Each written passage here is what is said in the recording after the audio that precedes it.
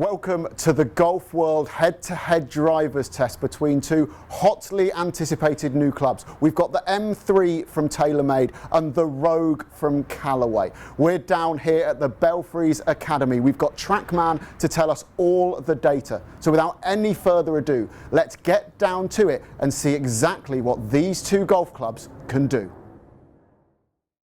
The TaylorMade M3 driver this year has gone ultralight. So we stripped the weight away from the crown. It's come out of the toe as it was a little bit last year, but now we've got it out of the heel as well. So by taking all this weight away from the driver, we now have a massive 22 grams of weight, so two split 11-gram weights that we can now move around the head in order to create either a lower spin or a forward weight process, or we bring them to the back in this new Y-track, split them and get them at the back end. We've got an uber controllable high MOI driver that spins low. The other technologies that we have, there's two major ones as well. Hammerhead is a little bit of an advancement on the slot technology that we've seen from TaylorMade in the past, where we've now deepened the channel and widened it. This allows us then to have a space where the face can move to, so create a little bit more speed and, more importantly, keep the spin low when it's hit low in the face. The big story, however, from TaylorMade is, of course, the twist face. Well, this is something that's a technology that's been around a little bit in terms of face design in the past, but of course TaylorMade have taken it and they own it. And this year, insofar as that we have two separate areas in the face.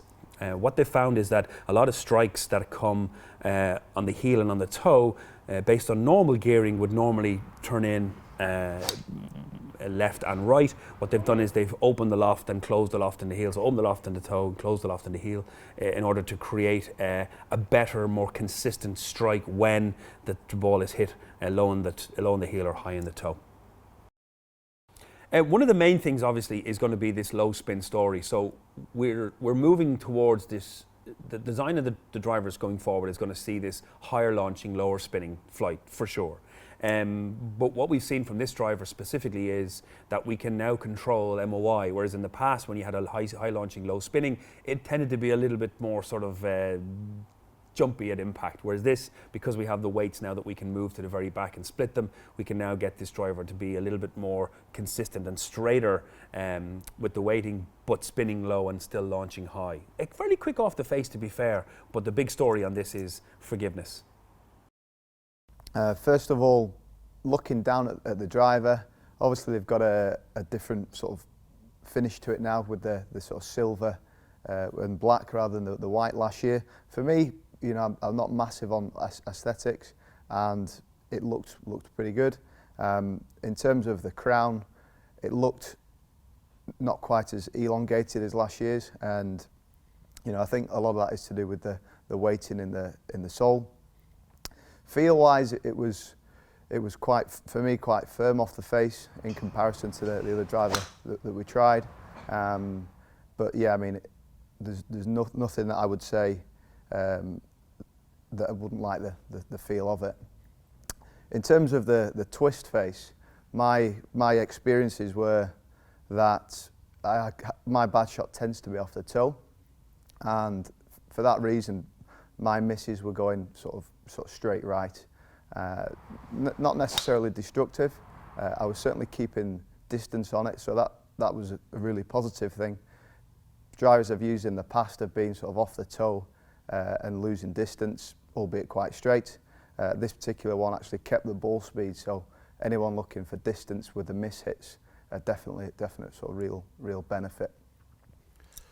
I was really excited to try the new M3 from TaylorMade. I was fortunate enough to go out to Carlsbad for the media launch in December.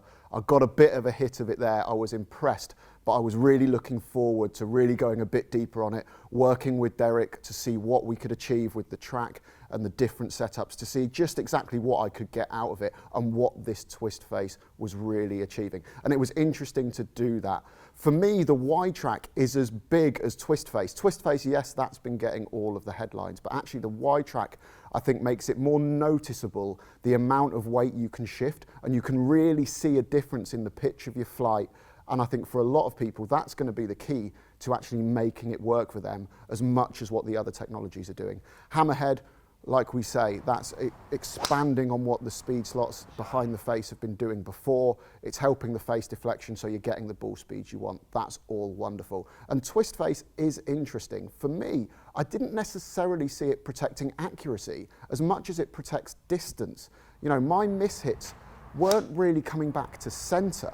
They were probably being on the edge of the fairway, maybe the first cut of rough, so certainly playable, but I wasn't losing the distance. So I think that's the key. We know there's a lot of research out there where the further you are down the hole, as long as you're in play and can get a club head to it, the better your scoring is going to be. So for me, twist face is all about protecting ball speed and getting it in play, rather than necessarily seeing it really swinging back into the middle of the fairway like you might expect from some of the marketing that's out there. To be fair, it's fairly versatile in terms of how you can set it up, because obviously they have the hosel which carries forward from last year, where you can open and close the face and create more of an upright, a slightly more closed version on the backside. And by moving the weight obviously to the back and splitting it, you can keep it quite, you know, sort of solid and square. But to be fair, I think this is going to suit the stronger striker of the ball. Somebody who hits it quite hard, somebody who gets it on the up or gets the ball in the air very quickly. You're certainly going to be able to see the ball flight getting down and getting further. So if you're a big hitter, if you hit the ball far and you're using a driver that's 2 years old and you get into this thing, it's going to be Armageddon. The new Callaway Rogue, carbon coaxial crown, so all carbon fibre. And then what they've done is they've taken their Jailbreak technology, which is the 2 titanium rods that run down inside the head, which brace the top and the bottom and help to create less loss of energy from the face, so it kind of braces everything and keeps the ball coming off quick. And what they've done is they've taken a really cool example of high moment of inertia that they had in Fusion last year or last season, and they've kind of gelled it into this. So this is kind of a leapfrog from Fusion, if you would. So it still has the same Jailbreak technology that you've seen in Epic, but what they've done is they've turned it now into this high moment of inertia product. So now you have the speed and quickness from the face, but also now the high MOI story, so that the driver is extraordinarily stable at impact. So you've got kind of a union of all the technologies from the last two drivers to create something that's pretty quick off the face, feels quite solid, and then has a very high MOI stable story. Well, I was really interested to see this because I wanted to know where Callaway were going to take this Jailbreak technology, because in fairness it is quite cool and it does work in terms of delivering that kind of speed. What I did notice though, I was expecting this driver to actually launch much higher than I actually saw in testing. It tended to launch relatively mid to low, if anything, and then the low spinning characteristics was quite phenomenal. It's quite an engineering feat to get something like this to be quite a high moment of inertia product but spin quite low. It means basically that in order to get this driver to max out, you've got to get the ball into the air fairly quickly with it. Okay, so for the Callaway Rogue driver, looks-wise, it's slightly different to the Fusion last year, where this is a little bit more rounded off compared to the look last year. And I think, you know, for me, it's much more pleasing on the eye, and I think that'll be the same for many consumers as well. And feel-wise was quite interesting. It was quite soft off the face compared to the other driver that we tried, which again I quite liked. It certainly didn't diminish the way I felt about it. I think the main thing with this driver for me is it was very consistent, very stable, very forgiving. So 90% of my shots were good distance and on the fairway. So you know, really forgiving drivers. So for the golfer looking to hit more fairways, you know, this was definitely a good option. I suppose the key thing for me was actually, because it's a low spinning driver, which is quite unusual really, given the weighting, with it being so far back. Actually, I was quite surprised to see it, you know, quite a low spin on it. But for that reason, I lofted up. So for a 9-degree driver that I usually use, I lofted up an extra degree. Whilst doing that, actually slightly changing my technique. So trying to visualize hitting the ball higher, keeping the ball forward, putting a little bit more weight on my right foot to really help me launch it in the air to maximize distance. The Callaway Rogue is a really intriguing product for me because it's not really a direct replacement for the Epic. That continues into 2018. And it's not really a direct replacement for the Fusion either. I loved the Fusion. I got really good performance out of it, incredibly stable. So I was really excited to try this as well because it kind of marries the two.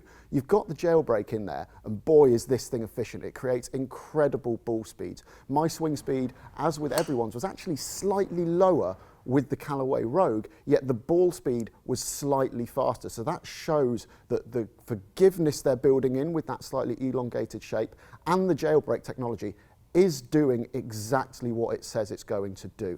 The big surprise for me, though, was how low spinning it was. It's lower spinning than the M3. For myself and all the testers, that was a bit of a surprise. And that led to some real sort of soul searching amongst us as to exactly how we're going to apply this technology, who it's going to work for, and how you get the best out of it. And the simple answer is just to go up in loft. It's low spinning, it's incredibly stable, and if you can swallow your ego a bit and go, you know what, I don't want a 9-degree driver, I care about it going long and straight, hitting the fairway and saving me shots. And if I've got to go into a 10.5, 11, for some people, don't be afraid to go into a 12-degree head with this. You will produce some fantastic numbers. It's long, it's stable, but you are going to need more loft. It could suit a fairly broad range of player, to be fair. Who's going to struggle is if you don't get the loft setting right. So it's quite important that you make sure when you're testing it that you get properly fitted for it, and you do indeed test a few of the different lofts. Thankfully, Callaway have a very self-intuitive hosel, which allows you to set it for higher and lower if needs be. But don't be afraid to loft up with this product. In fact, I'd probably go a full loft higher than you think you are, and then you're going to get the best from this club.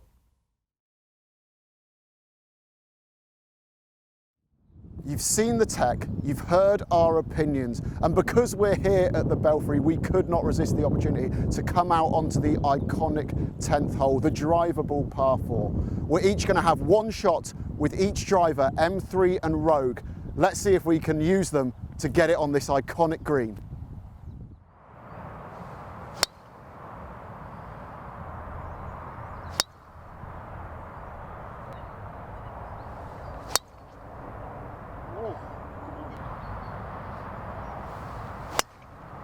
Oh, stay there.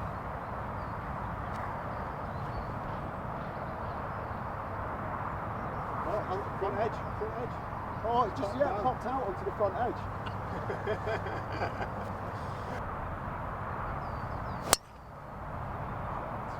Yeah, not quite cool. The shape's nice. If it's going to get there. Oh, just on. Claiming that. On the green. So Derek and I are both on the front edge. I think I'm a bit closer. Derek hit a tree anyway, so it doesn't count. Mine went straight there. So last to go is Matt Galley, pro. He's got his Rogue set up just how he wants it. We know he's got the distance. He's hit one into the bunker, pin high right. Can he couple that with the direction and beat out me and Derek? Let's find out. Oh, I think he has, you know. He's all over it. Go ball. Stay there. Oh, right in the middle of the green. 20 feet. Can't argue with that. We've all got putts for eagle, but the local man, Matt, walks away with the spoils. But what great fun. Two excellent clubs, low spin, high launch, plenty of distance, and we were all able to get it on the iconic 10th here at the Belfry. Call the cops!